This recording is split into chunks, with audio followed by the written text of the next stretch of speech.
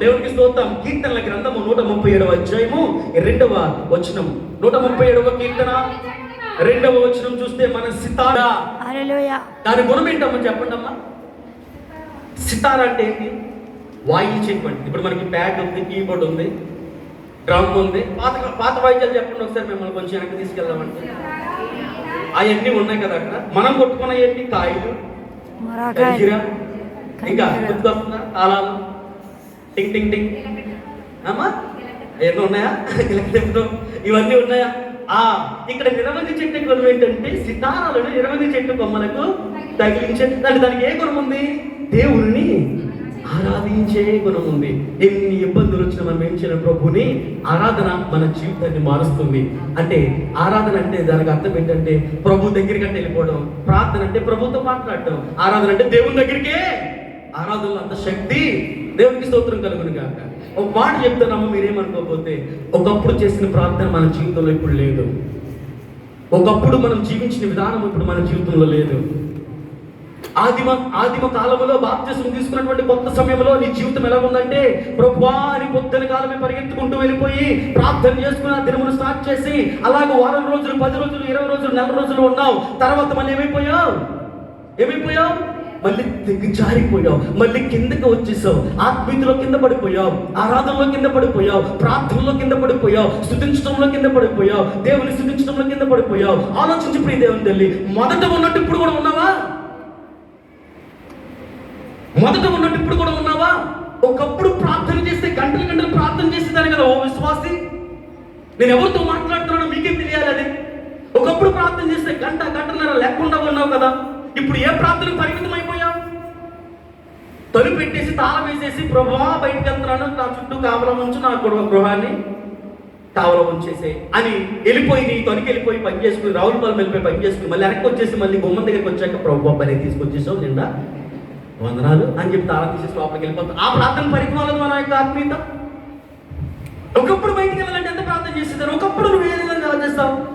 అప్పుడు ప్రార్థన ఇప్పుడు లేదనడానికి ఖచ్చితంగా నేను చెప్పగలను ఏంటంటే, ఆ ఆత్మీయత ఇప్పుడు మనకి లేదు, ఆ ఆరాధన ఇప్పుడు మనకి లేదు, ఆ యొక్క సన్నిధి ఇప్పుడు మనకి లేదు, ఒకప్పుడు జీవించినటువంటి జీవితం మనకి లేదు.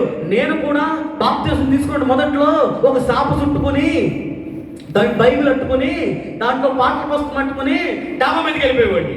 మా డాబా మీదకి వెళ్ళిపోయేవాడిని. ఎన్నింటికి? తెల్లవారుజాము 4ంటికి. ఎందుకంటే నిన్నే బాప్తిస్మం తీసుకున్నాను కాబట్టి ఎలా ఉండాలి? చాలా ఆత్మీయంగా ఉండాలి, చాలా భక్తిగా ఉండాలి, చాలా ఇదిగా ఉండాలి. సాప చుట్టుకొని, సాప అంటే తెలుదామా? కపిలేశ్వర వాస్తవ్యులకి చాప అంటే కింద వేసుకుంటారు కదా. దేవునికి స్తోత్రం. ఇదన్నా తెలుసు అంటారు. What are you talking? What is the chapa? I don't know. చాప అన్నారనుకో, ఇప్పుడు మనం ఏం చెప్పలేదు.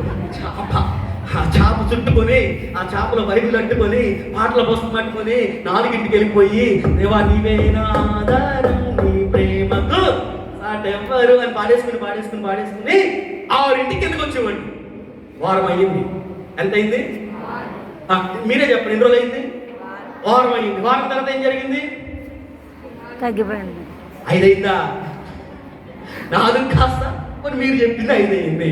ఇంకో వారం తర్వాత ఏమైంది? చాప లేదు. అక్కడ పోయి బైబిల్ కనబడతలేదు, అక్కడ పాటల పుస్తకం కనబడతలేదు, ఈ 3 లేవు. మా అమ్మాయి ఏమనుకుందంటే నేను లేచిపోయి పైకి వెళ్ళిపోయాను, పై ప్యాకింగ్ చేసుకున్నాను అనుకుంది. నేను ఎక్కడ పోయాను? ఆర్ట్స్ కాలేజీ గ్రౌండ్ క్రికెట్ ఆడుకుంటూ వచ్చేసాను. అయిపోయింది ఆత్మీయత, అయిపోయింది భక్తి, అయిపోయింది భయము, అయిపోయింది ఇది. ప్రార్థించిన కొత్తలు, బాప్తిస్మం కొత్తలో ఎంత బాగా ఎదిగిపోయావు. తర్వాత ఏం చేయకపోయావు? క్రమంగా తప్పిపోయావు ప్రియ తల్లి. అప్పుడు చేసిన ప్రార్థన ఇప్పుడు లేదు, అప్పుడు గడిపిన క్షణాలు ఇప్పుడు లేవు, అప్పుడు గడిపిన సమయం ఇప్పుడు లేదు. ఉందా లేదా నేను మీకు చెప్పేస్తున్నాను. ఎందుకంటే ప్రియ దేవుని బిడ్డ, ఎంత బాగా ప్రార్థించేదానివి. ఒక అడుగు ముందుకే చెప్తున్నాను, నువ్వు ప్రార్థిస్తే నీ సమస్యలను తొలగిపోయాయి. దైవజనుడి దగ్గరికి వచ్చి ప్రతిదీ చెప్పుకునేదాన్ని. ఇప్పుడు దైవజనుడి దగ్గర రావట్లేదు, దేవుని సంఘంతో చెప్పుకోవట్లేదు. నీకు ఒక ప్రత్యేకత ఉంది. నువ్వు వెళ్ళాలి చోట నువ్వు వెళ్ళిపోతున్నావు. అయ్యగారు ముందే వెళ్ళిపోతున్నావు, ఎక్కడికి వెళ్ళిపోతున్నావు? వాళ్ళని ముందే సంప్రదించేస్తున్నావు.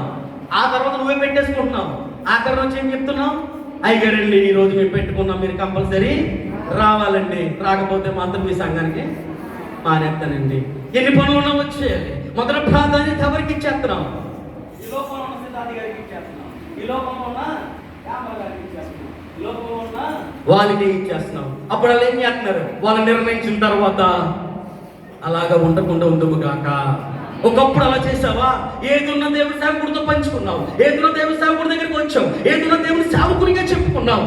ఒకప్పుడు నిండిపోయేది ప్రథమ ఫలాలతో, ఒకప్పుడు నిండిపోయేది కారాలు, ఉప్పులు, పచ్చళ్ళు, పప్పులు, ఉప్పులు, చెప్పులు అన్నింటితో నిండిపోయేది. ఇప్పుడు ఏమైపోతుంది?